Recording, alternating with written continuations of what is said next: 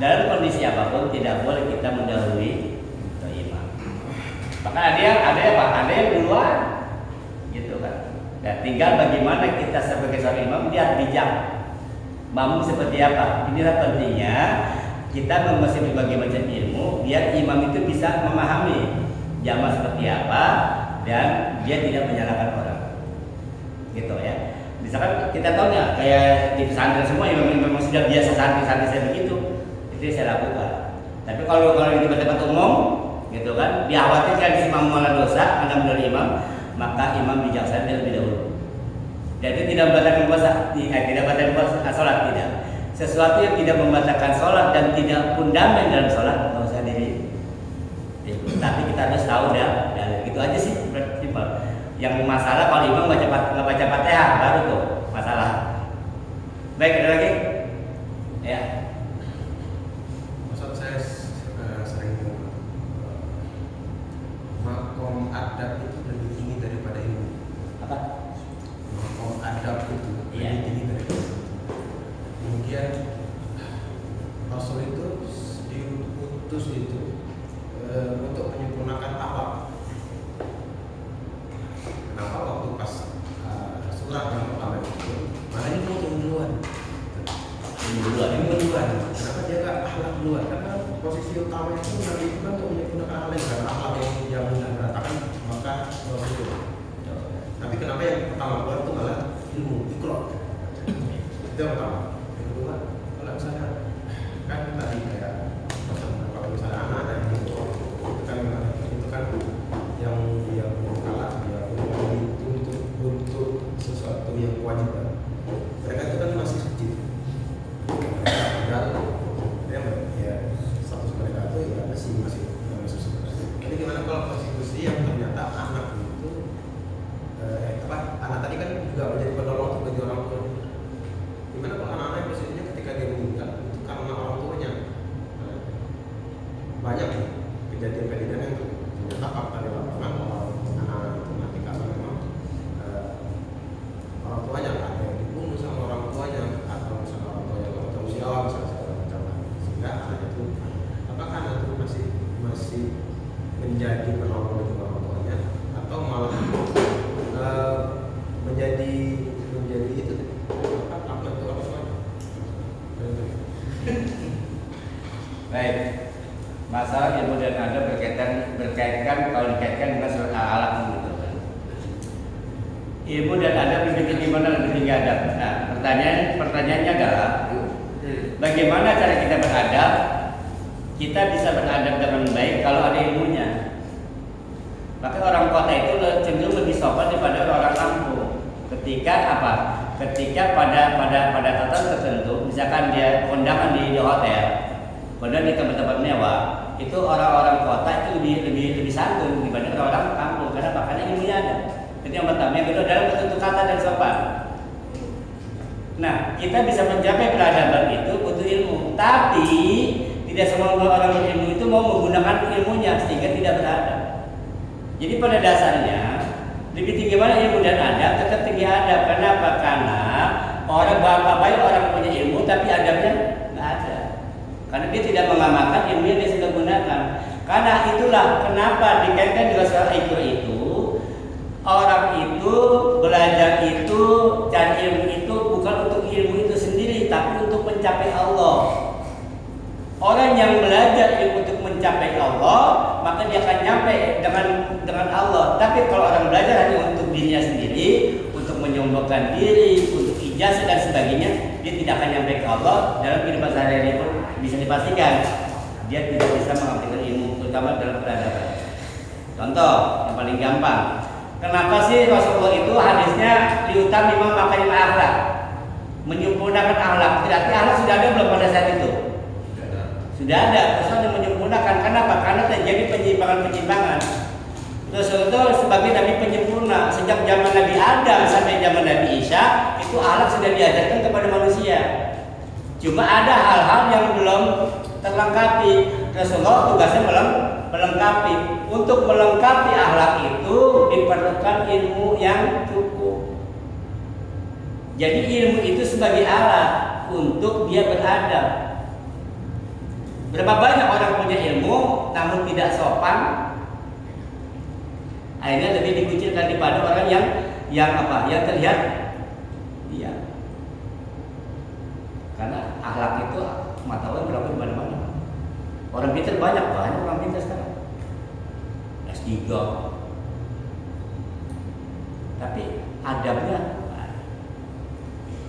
orang-orang dulu, orang-orang yang memiliki keilmuan, ketika dia sadar siapa dirinya, kan di situ. Orang belajar ingin mencapai orang itu belajar harus mencapai Allah. Maka iqra bismi rabbik. Ketika kamu belajar, jangan lupa Tuhanmu. Kamu tuh belajar untuk melihat Tuhanmu. Bagaimana cara melihat Tuhanmu? Kenali siapa Tuhanmu, kenali siapa dirimu. Ketika kita sadar, kita tahu siapa diri kita, untuk apa kita sombong? Untuk apa kita merasa lebih baik? Tetaplah merunduk. Nah, merunduk itulah disebut dengan adab. Karena adab itu adalah buah dari ilmu. Sebutnya peradaban. Orang yang memiliki ilmu yang tinggi diaplikasikan, maka akan timbul sebuah peradaban. Bangsa Mongol itu pintar Pak, tapi karena dia tidak menggunakan ilmunya dengan baik, maka dia bangsa yang barbar. Bangsa yang barbar. Kalau kita ingin beradab, harus dengan ilmu. Dan orang-orang yang tidak menggunakan ilmunya sampai dipastikan dia nggak bisa memiliki adab yang bagus. Dia sudah tahu kalau di depan orang, ilmu mengajarkan kalau di depan orang harus sopan, harus tunduk. Itu kan ilmunya mengharuskan demikian. Tapi dia tidak mau tunduk pada ilmunya sendiri. Akhirnya dia jadi orang yang tidak beradab. Ilmu hanya bisa ditekan dengan adab, akhlak. Karena akhlak itu adalah ihsan. Buah dari ilmu. Nah, tingginya keilmuan seseorang itu terlihat dari adabnya. Makanya sampai ada orang alim mengatakan gini, kalau di depan orang-orang alim kamu lebih diam, di depan orang-orang bodoh kamu pun harus diam. Diam ini memiliki dua fungsi yang berbeda. Kalau di depan orang-orang alim kita harus diam, biar apa? Biar ilmu orang itu keluar semua, kita dapetin. Tapi kalau di depan orang-orang bodoh kita harus diam. Kenapa? Karena ada berdebat dengan orang bodoh, ada kalah. Mendingan diam. Diam itu menjadi selamat. Dan orang yang tidak terlalu banyak bicara di depan umum biasanya itu orang yang lebih beradab. Intinya lebih tinggi mana ilmu dengan adab. Adab lebih tinggi. Dimanapun Anda bersikap santun dan sopan, Anda akan dihormati. Walaupun Anda tidak memiliki derajat tinggi, tapi kalau Anda memiliki ilmu yang memiliki peradaban yang bagus, maka Anda akan dihormati. Alat yang bagus, tingkah laku yang bagus. Maka orang para ustaz, para kiai, para ulama, walaupun dia bukan S1, S2, S3, tapi karena adab yang dia miliki, dia akan dihormati oleh orang. Pun sebaliknya, berapa banyak orang yang pendidikan yang tinggi, tapi karena tidak bisa berakhlak pun karimah, nggak bisa menghormati orang lain, dia terlalu bangga dengan ilmunya, dia sama dengan iblis tadi. Dia merasa lebih baik, merasa lebih pintar, maka dia akan jadi orang yang sombong. Nah, berkaitan dengan iqra itu, kenapa Islam menghadirkan akhlak, tapi di sini iqra yang ilmu yang pertama, karena akhlak ini, adab ini akan bisa disampaikan dengan sempurna. Orang bisa beradab kalau tahu caranya bagaimana beradab. Cara bagaimana beradab itulah dengan cara berilmu. Tujuannya untuk mencapai akhlak. Innama usilika bima makarim akhlak, apa itu untuk menyempurnakan akhlak. Ini target tujuan.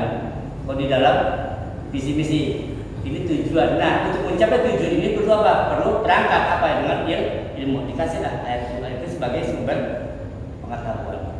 Dan Nabi itu mendidik itu dengan ilmu.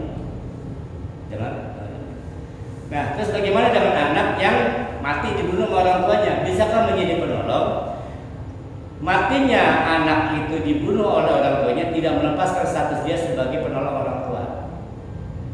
Lagi, itu satu hal yang berbeda. Bagaimana cara orang itu mati, cara mati si anak itu beda urusan. Nah, masalah nanti si anak ini membantu orang tuanya atau tidak dan sebagainya itu wallahu a'lam. Cuma kalau emang dia membantu orang tuanya, dia mati orang tuanya, bisa jadi. Tapi kalau memang nanti nggak membantu orang tuanya, pun nggak masalah. Kan Allah kasih kebebasan. buat mereka anak-anak kecil itu dikasih kebebasan untuk membantu orang tuanya. Kan ada syarat saya bilang tadi, ketika orang tuanya masih iman pada Allah, itu dan sebagainya, dia bisa jadi nanti bantu orang tuanya. Cuma status dia sebagai penolong orang tua itu tidak ada hubungannya dengan cara dia meninggal dunia. Itu yang saya pahami gitu. Baik, ada lagi? Baik, cukup? Ya baik, cukup. Ya.